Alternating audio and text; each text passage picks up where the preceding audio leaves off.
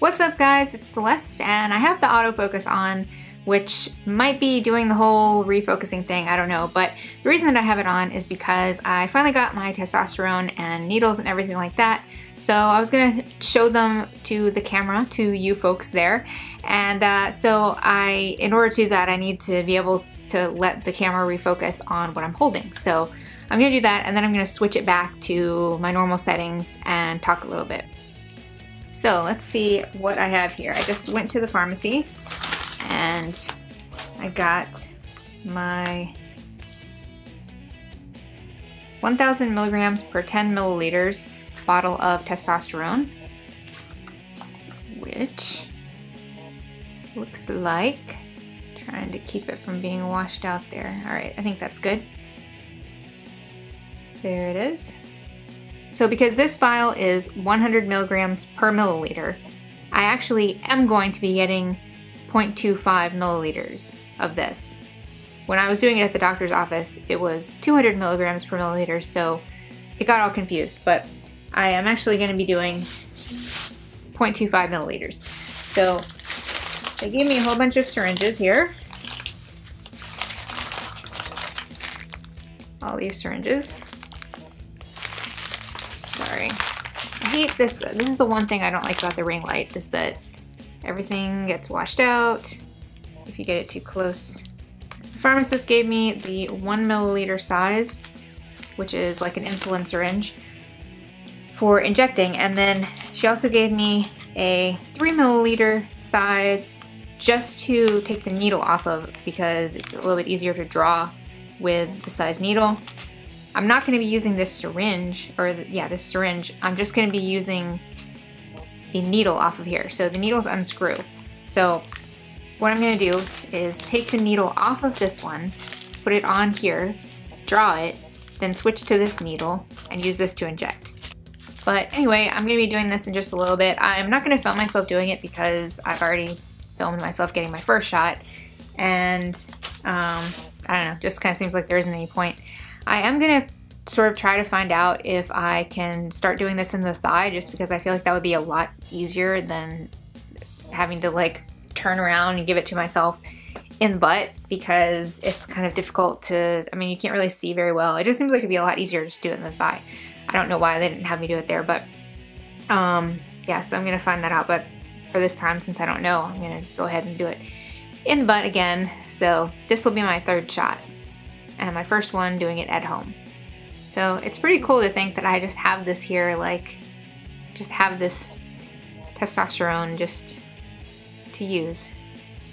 I don't have to go to the doctor, I don't have to make an appointment. The doctor I'm going to is like 35 to 40 minutes away depending on traffic, so it's been kind of a pain to have to go there every week and like keep going back there and everything. So this will be awesome to just be able to do it at home whenever whenever it's my day to do it, which right now is Wednesdays, and I can just do it myself and just be done with it. So that'll be awesome. So I got a comment on my 2-week testosterone update video from Heather, who asked, could you do a video on the emotions you felt when you were considering starting testosterone? I'm going through the emotions of being scared and questioning myself, even though I've wanted this for 3 to 4 years. So I touched on this a little bit in my first video that I made, where I actually mentioned I was going to be, or that I was even thinking about taking testosterone, which was my transition goals video. But I ended up like really heavily editing that video from what I had originally filmed of it for various reasons. So I actually can't really remember what I actually said as far as this was concerned, like what actually kept in there. But basically, I didn't even really start thinking about taking T until this past fall. In September was when I really decided that I was going to be having top surgery, that I was like, sure, I wanted top surgery. And at that time, I had absolutely no plans whatsoever to start T. And I didn't think I ever would, because I didn't want to transition fully to presenting as male. And I didn't really know that much about the effects of it, or like the possibilities for a non-binary person or for low-dose T or anything like that. I knew like a little bit about it from some things that I had read, but I didn't know kind of all the details, or really hadn't heard that many different people's experiences, just a couple. The more people's experiences that I heard of taking testosterone, either low dose or short term or just anything other than the usual like FTM path of fully transitioning to presenting as male. Like the more I read of that, the more interested I was in the idea, even though there were certain effects that I really did not want and still do not want, chiefly among them being facial and body hair, especially facial hair. But from all of the stuff that I read, it seemed like it was at least possible to go on T for a short period of time and possibly avoid all of that. And so I just kind of like, through thinking about it, like for a while I did feel like the risk was too much, or that I would just like, I don't know, like I just was kind of worried about it. But the more I thought about it and the more I talked to people about their experiences with it and everything, I eventually decided that it was a risk that I was willing to take, because I feel like that the way that I'm doing this, the way that I'm taking it such a low dose, and you know, not intending to take it forever, I feel like I do have some level of control of the effects that I like, what effects that I get. It's not like everything's gonna just happen overnight. So I feel like if I started to get effects that I didn't want, then I would be able to stop and I wouldn't really lose that much. I mean, I'm taking this every week, so the half-life of it isn't really that long. The amount of effects that I would get in the like week or week and a half, whatever, after I stopped taking it, wouldn't be that significant, I don't think. So because of that, like there is a risk here, but I feel like the risk is something somewhat within my control, and weighing that with my like the main thing that I wanted to take T for was to get my voice to drop. And by the way, this is like, I'm recording this later in the evening than I usually record things like in the middle of the day, so my voice right now is like a little bit more kind of husky sounding. That's not just because of the tea, like I don't know if any of it is from the tea, but just so you know if you're comparing this to my other videos. But that was the main thing that I wanted to take T for.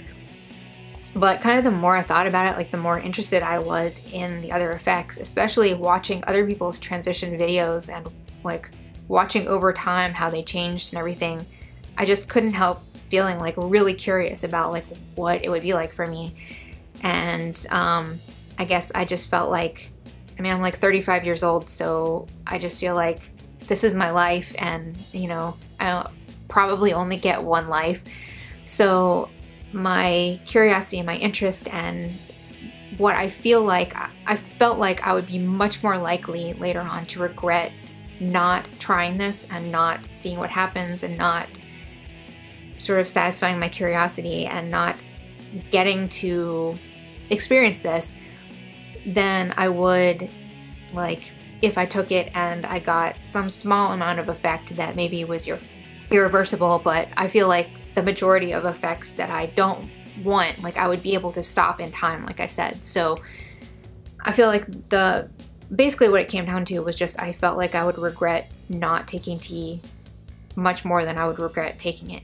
So some of the fears that kind of stuck around even after that point were more to do with other people. I was more concerned with how other people would take it if I told them I wanted to start T, like if they would freak out, or I mean, I even have thought about and still am thinking about like people that I don't really know but see a lot, like people at the grocery store that I go to, which, you know, like it's a great group of people there that work there, and like everybody's super friendly, and like I know them, like I have been going there for like 6 years now. I just keep thinking about like people like that are going to like witness my transition, and it's just kind of weird because it's not like, it's a little bit different from somebody that I actually know, where they're in contact with me, they know what I'm doing, they know what's going on. I just feel kind of like weirdly self-conscious about that. So that's there, but then also people that I do know, people that are close to me, like my family and stuff, I have felt worried about what they would think, or not like they would like reject me or anything, but it's just like a lot of stuff that I don't really want to have to get into with people. Obviously it's different when I'm making these videos and like I'm choosing what to say, but when people start asking me questions and stuff, like I don't know, it's kind of weird. So it was mostly stuff like that, and realizing that most of my anxieties about it and fears about it were about other people, and I mean, I did have some personal anxieties about it, but I felt like those were more like, those were things that I had already kind of worked through and accepted the risks and everything, so like that was within my control. How other people would take me, or how other people would like, how people would react, or how this would affect other people is not really within my control. So that I did feel more anxiety about. But now that I'm actually taking it, I've gotten a lot of support. Everybody's been great, and I haven't really had anything to worry about as far as that's concerned. So I guess I would just say, like, if you're scared, then try to figure out what you're scared about and whether it's actually your own fears or kind of like absorbing other people's fears. And then if it's your own fears, then just kind of try to work through like, what are the risks that you're taking, and are those risks that you're willing to accept, and what things can you do to kind of like deal with those risks or prevent those risks or like mitigate those risks, and like what is within your control and what isn't. Maybe just kind of trying to work through that stuff. As far as questioning yourself, I mean, that kind of goes along the same lines, but it really just kind of depends on your own goals and like what effects of tea you do and don't want, and whether or not those are things that you could live with if you do end up like stuck with them, and they're not something like, if you're not happy with the results of taking tea and you stop taking it, but there are some effects that stick around, like, are you going to be okay with that? Which, I mean, I understand you can't really know that in advance, but I mean, a lot of it is just kind of like a leap of faith. I hope this is making sense. I don't know if I'm making sense or not. This is, like I said, later than I usually record, but I wanted to go ahead and answer this. I didn't want to wait too long to answer your question. But as always, if you have any other questions, or if you want to talk about this or anything else, or if you just want me to direct you to some other resources that helped me, I would be happy to do that. So you could just leave a comment below, and this goes for everybody, not just Heather. And Heather, thank you so much for writing in. This was a great question, and yeah, hopefully this is helpful to you and everybody else. So you can leave a comment or message me, or however you want to get in touch with me. If you like this video, give it a thumbs up and subscribe to see more of my future content. Thanks so much for watching, and I'll see you guys next time.